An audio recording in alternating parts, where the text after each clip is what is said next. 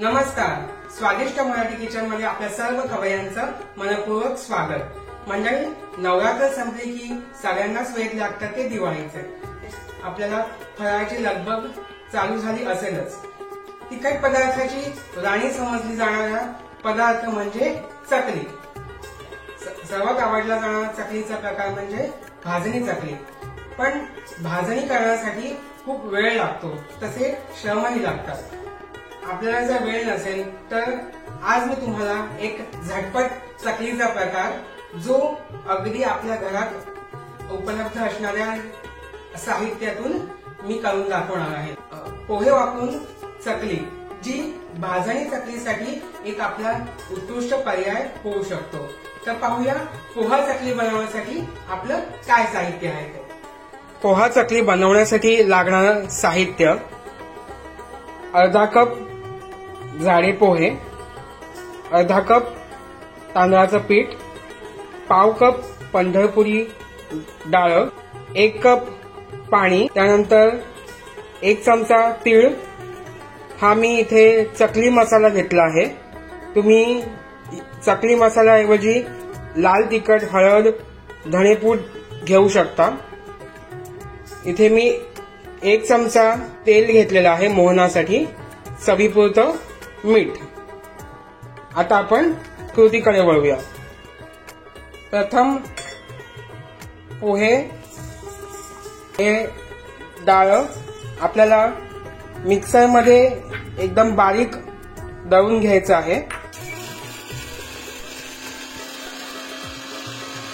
पहा, इथे मी मिक्सरमध्ये पोहा आणि डाळ यांची अशी बारीक पूड करून घेतली आहे। आता हे मी चाळणीने चाळून घेणार आहे।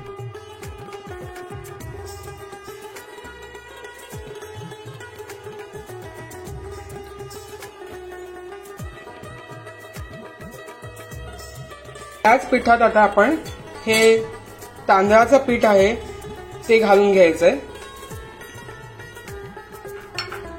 आणि हे चांगलं मिक्स करायचंय।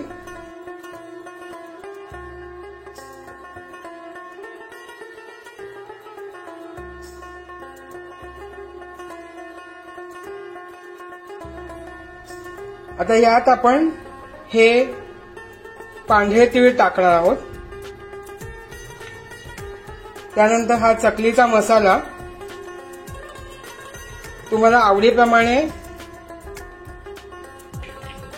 हा तुम्ही घालू शकता। चवीपुरतं मीठ।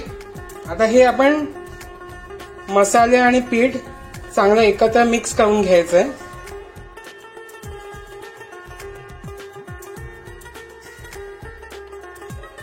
यात आपण तेलाचं कडकडीत मोहन घालायचं आहे। आता इथे आपलं तेल कडकडीत गरम झालं आहे। आपण गॅस बंद करून हे मोहन यात टाकून घ्यायचंय। आता हे तेल चांगलं या पिठात आपल्याला पिठाला चोळून घ्यायचंय, जेणेकरून आपल्या ह्या चकल्या छान कुरकुरीत होतील।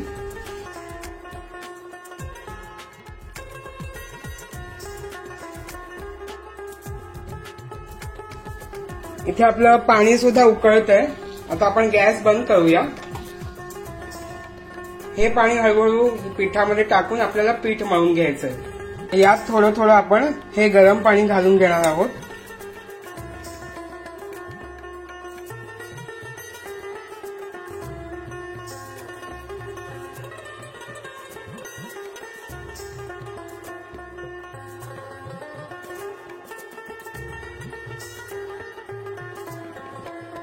तुम्ही इथे बघू शकता माझं चकलीचं पीठ हे मळून झालेलं आहे। पहा, किती जास्त सैल आणि जास्त घट्ट सुद्धा नाहीये, असं तुम्हाला करून घ्यायचंय।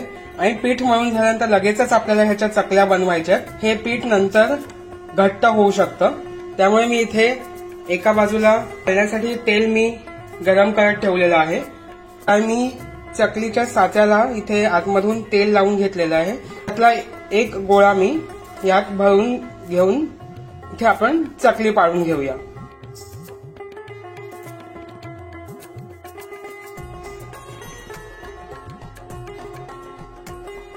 पहा आपल्याला चकल्या पाडता येतात. इथे अगदी इझी चकल्या पाडून होतात आपल्या.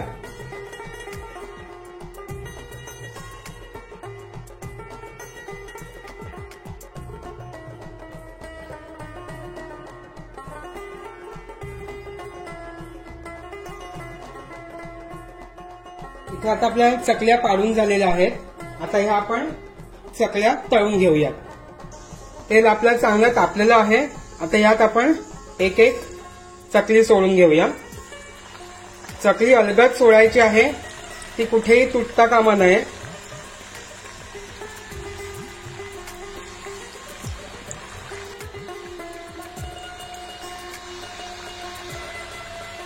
चकल्या तेलात सोडल्यानंतर साधारण 3 ते 4 मिनिटं त्या चकल्यांना आपण हलवायचं नाहीये किंवा परतायचं नाहीये. त्या पूर्णपणे तळून झाल्यानंतर आपल्याला या पलटून घ्यायच्या आहेत. ह्या चकल्या होईपर्यंत आपण बाकीच्या चकल्या साच्यामधून काढून घेणार आहोत. ह्या चकल्या आता 3 ते 4 मिनिटं झालेल्या आहेत. आता ह्या आपण पलटणार आहोत. दुसऱ्या बाजूने छान कुरकुरीत होईपर्यंत तळून घ्यायच्या आहेत. ह्या चकल्या छानपैकी तळून झालेल्या आहेत. आता या चकल्या पूर्णपणे तेल निथळेपर्यंत हे गाळून घ्यायचं आहे, जेणेकरून या चकल्या तेलकट होणार नाहीत. पहा किती मस्त ह्याला काटे आलेले आहेत.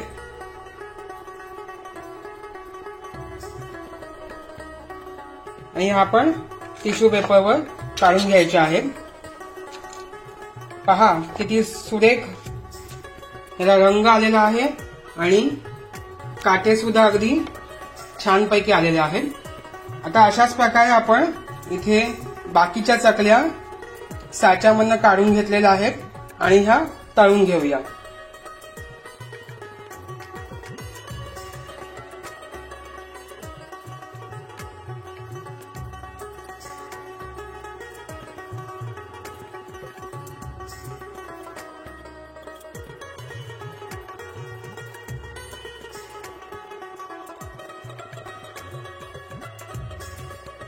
याप्रमाणे इथे आपल्या सर्व चकल्या तळून आपल्या खाण्यासाठी अगदी तयार आहेत.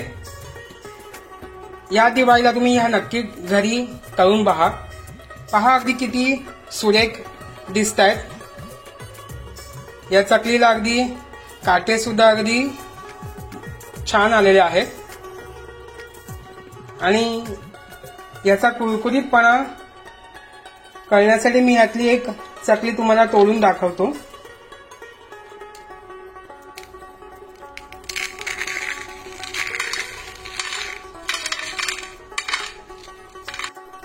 आपण घेतलेल्या प्रमाणामध्ये साधारणपणे 12 ते 13 चकल्या मध्यम आकाराच्या बनवून होतात.